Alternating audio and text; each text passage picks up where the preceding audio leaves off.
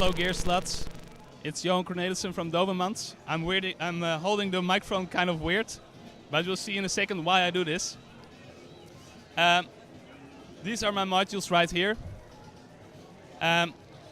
This is Ants, Shift and Zero Sugar. Ants started out as an experiment.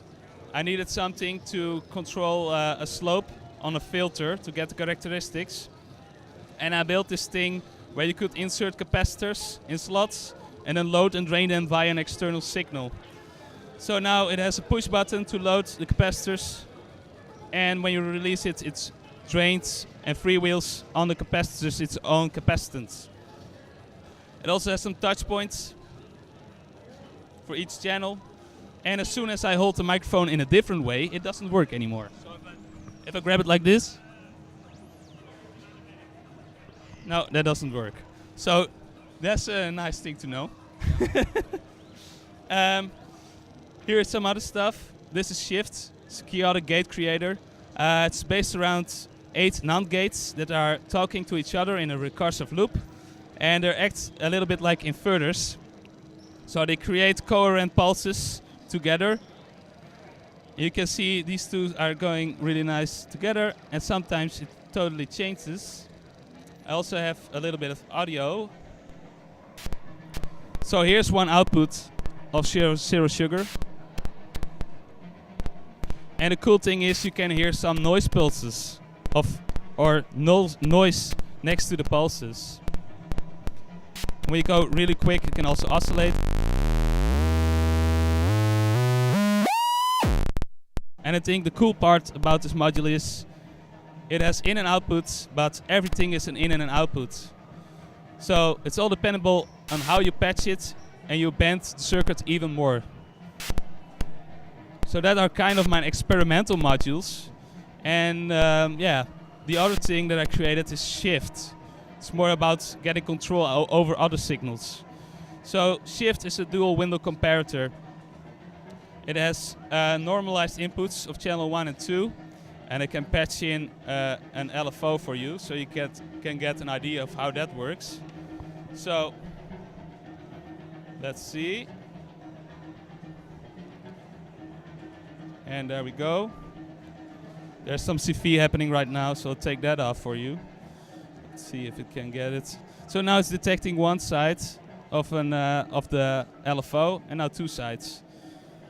It's normalized. Yeah, it's normalized together.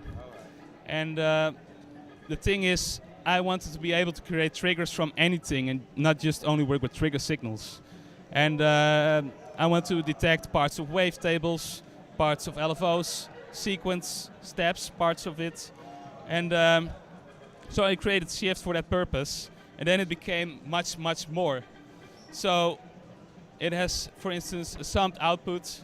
So you can create, when you go really, really fast with the LFO, you can create a square wave. And why this is, it has some attenuation at the end. So it creates gate signals from the incoming signal, and then you can go plus 5 volts to minus 5 volts. So now you can get the square wave out and have some pulse width modulation going on as well, because you can move the window width of the module. So that's if you want to go in depth. So the first part is more for setting the main levels, and the second part is more to set the window width. And every time a signal gets in between those thresholds, it creates a gate signal. Then you can set the gate length and the voltage output. That's the main gist of it. And then it has some extra nice features. I think the coolest thing is that it's self-patchable as well, because it has a nice feature. You can say create a gate right now when I detect it within the window, or create it afterwards. So now this module, channel 1 is sending out 5 volts. It's detecting 5 volts on channel 2, and then it's sending out minus 5 volts, and it's detecting minus 5 volts on channel 1. So now we have created a 2-step sequencer with a summed output. You can take out the 2 channels. Or when you go really fast, you can create a square wave. It sounds really, really crude. See if we can get an auto signal of that.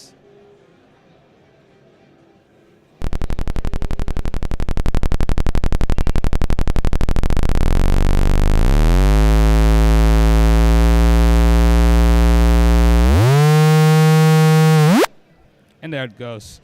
So it all depends on your settings, how long it wants to oscillate, but it can go pretty high. And that's that's it for me. I want to thank you guys for watching this video, and who knows, maybe we'll see you guys in the future. I'm sure we will. I have Yeah. questions. Two little questions. First, price and availability. Price of the price of the modules. So Ants will go for 180 in shop. Shift will go for 200 in shop. Zero Sugar will go for 140 assembled in shop, and 100 euros DIY in shop. And that's including VIT. Can you show us some difference in, because you brought some capacitors? Yeah. And what range do these capacitors have to be, or or? Well, mostly I now use mainly some of the smaller capacitance values. And this for the reason that when you plug it in, it wants to freewheel on its own right away. And taking in also a sub-circuit in account, that also changes a little bit of the draining of the capacitors. So when you look at here, I have different capacitors already. And you'll see when as soon as I release the button, that some will go really fast and the other one will take a little bit longer. And I'm not quite sure if you put in an elko how long it will drain. Yeah, I just have to take up the time and make a beautiful video for you guys where you can see hopefully some elko drain for hours. I wonder if that's the possibility. So yeah, I'm starting production next week. And yeah, I'm also still learning and experimenting, and I think it's awesome to have something in a small 42 HP system.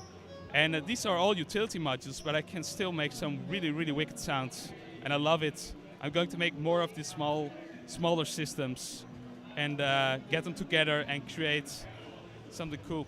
Thank you very much. Yeah. All right, and see you next time. Cheers.